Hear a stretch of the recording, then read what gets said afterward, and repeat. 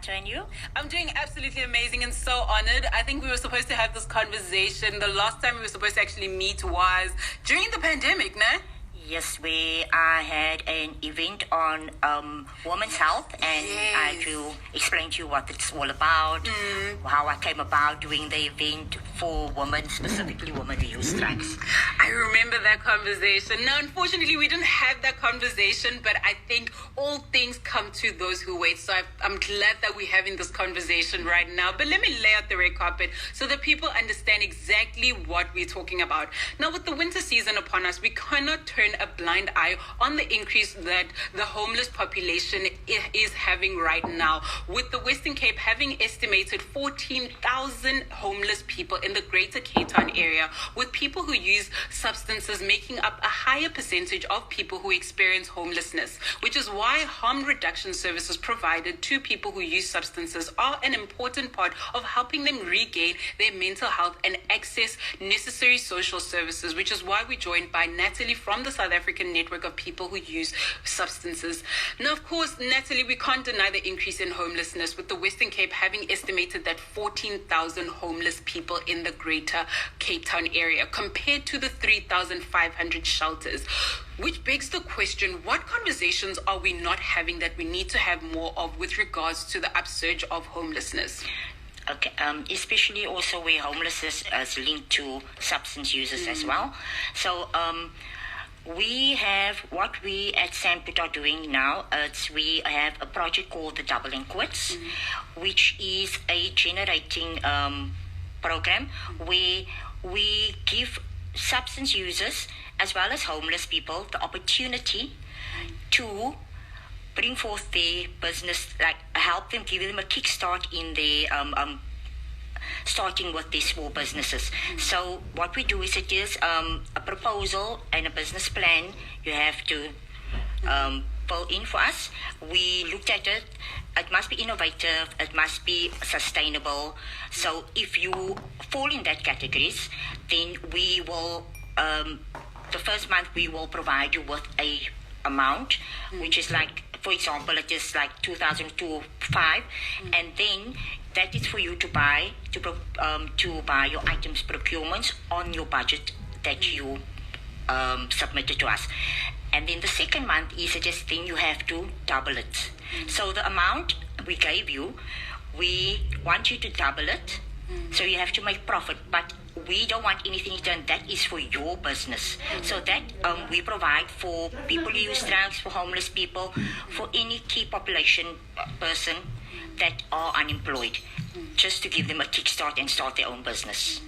Now, of course, I mean, speaking about, people who use substances, I mean, they make up a higher percentage of people who experience homelessness. What are some of the common barriers that hinder their access to appropriate services like your shelters, as well as other life-saving facilities? Okay, so the barriers that homeless people and substance users face are accessibility, affordability, and acceptability. Meaning, in accessibility, is the service accessible for them? And is the service where they are at?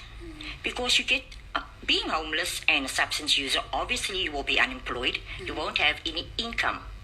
So for them to get from one location to a next location, it's going to cost them to produce money. And like they say, the term on the streets is scuttle. So they scuttle for their portion, for their monies. They will, they will sell scrap, they will pick up tins just to get that amount that they can have a meal, survive, buy them a warm meal, and also for their substance. Listen, we want you to be part of this conversation and more. All you have to do is send in your WhatsApps on our WhatsApp line on 061 862 1065, or call us on our studio line on 021 448 1352. And this is where you come in as the South African Network for People Who Use Drugs.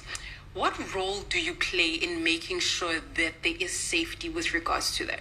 Okay, so being a community linkage officer for Samput, South African Network of People Who Use Drugs, I have the opportunity to help homeless people and link them to healthcare services and as well do referrals if they, for example, heroin users or that inject heroin, get them onto the opiate substitution therapy program, which is the methadone, which is a fake drug that is not harmful to their body. So, and also not for the risk of contracting HIV, hepatitis C, all the bloodborne diseases, viral bloodborne diseases.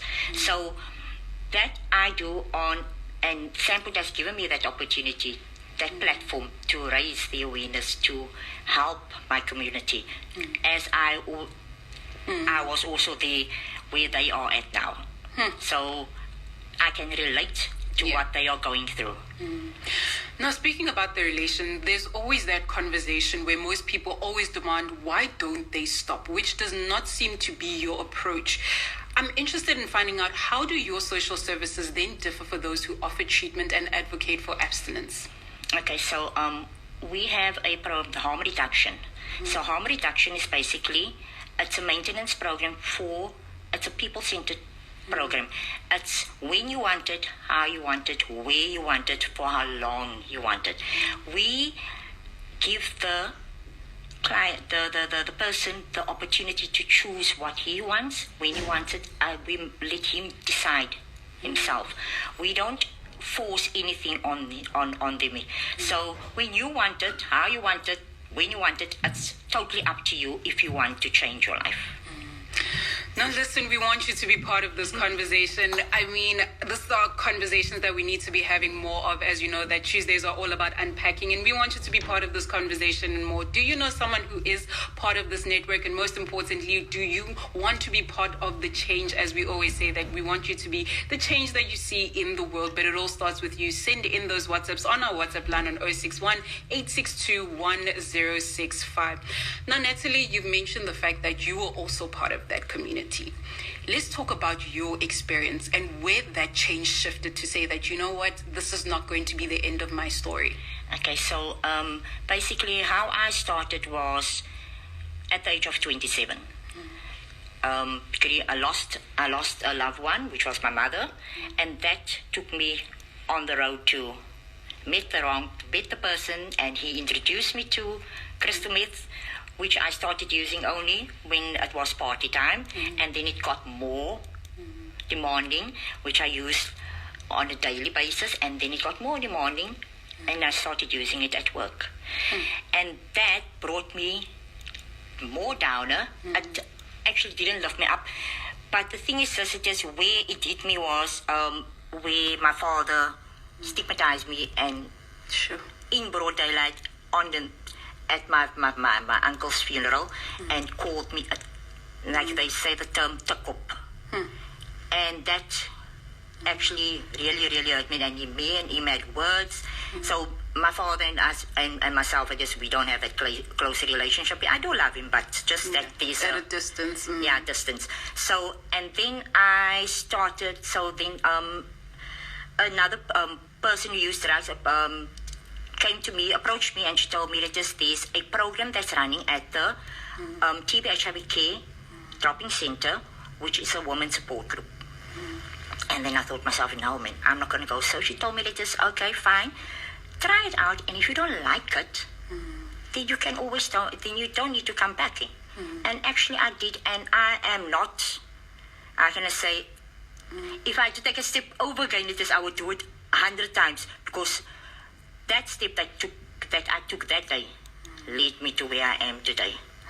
And let's talk about that step in particular, especially given the fact that, like we always say, you know, stigma is always associated with people that use substances, homelessness. And when someone is in that situation, what conversations are you guys having in that? I want to find out, what conversations are you having that you wish people that weren't in those situations would understand about you? It's just that the support, the compassion they must have for people who use drugs, because you weren't born and opened your eyes at day saying, I want to be a substance user, or I want to be a rapist, or a killer. It's the situation that you got yourself in at that point in time that led you taking the wrong path.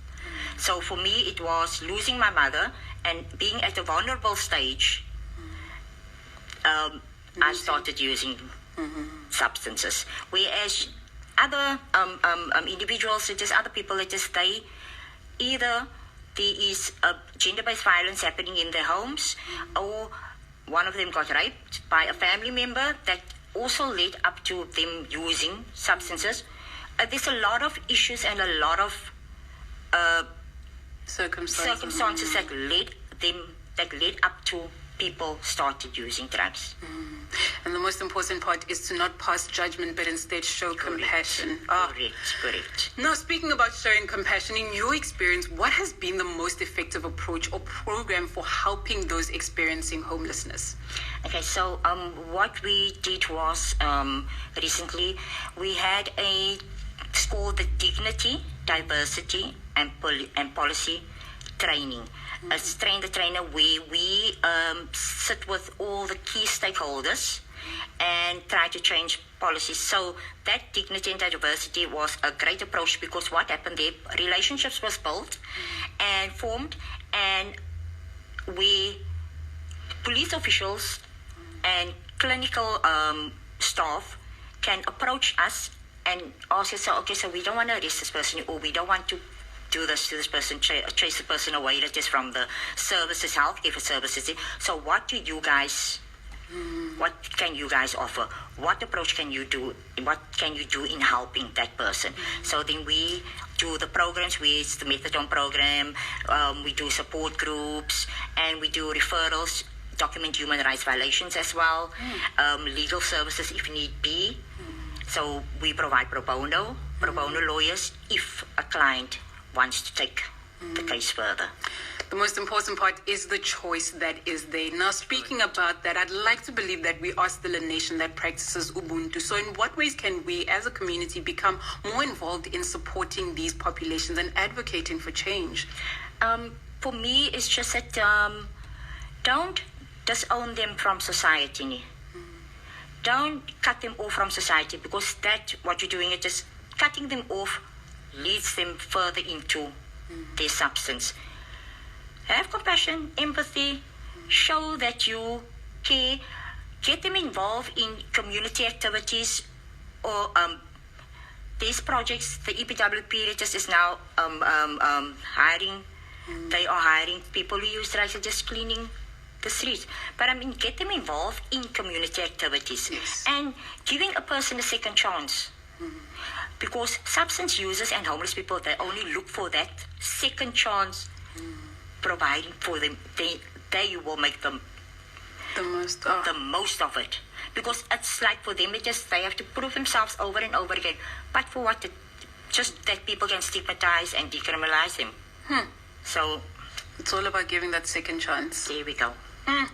With June being recognized as Youth Month as well as International Pride Month, what engagement and initiatives can we look out for within your organization? What can we expect this month?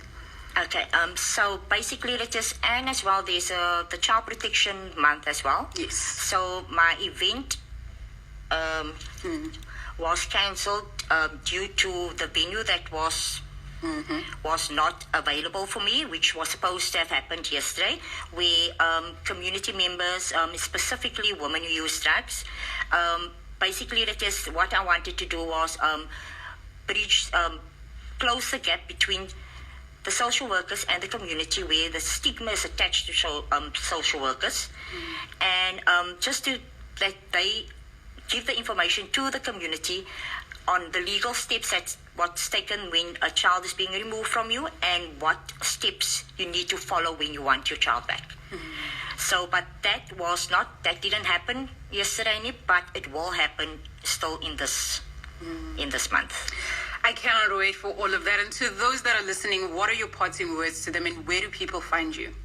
Contact details. My contact details is Natalie Jacobs, and I am contactable on 067-238-7721. My email address is natalie@sandput.org, and I am based now, at this moment, I'm based in Constantia Road, Wynberg, which I am now working with the community of Wynberg, of Plumstead, to see to help them with the challenges and the barriers that they face, which I've been doing which I did in Woodstock area and in the CBD area. Oh, Natalie, it has been such an honor to be conversing with you, but most importantly, doing our bit to be the change that we see in the world. This is not the last time we have this conversation, but most importantly, we remind people to practice Ubuntu and most importantly, give people who are using drugs a second chance at life. There's so much joy that comes when you see that light at the end of the tunnel. Thank you so much, Natalie. Thank you, Lerato, for having me.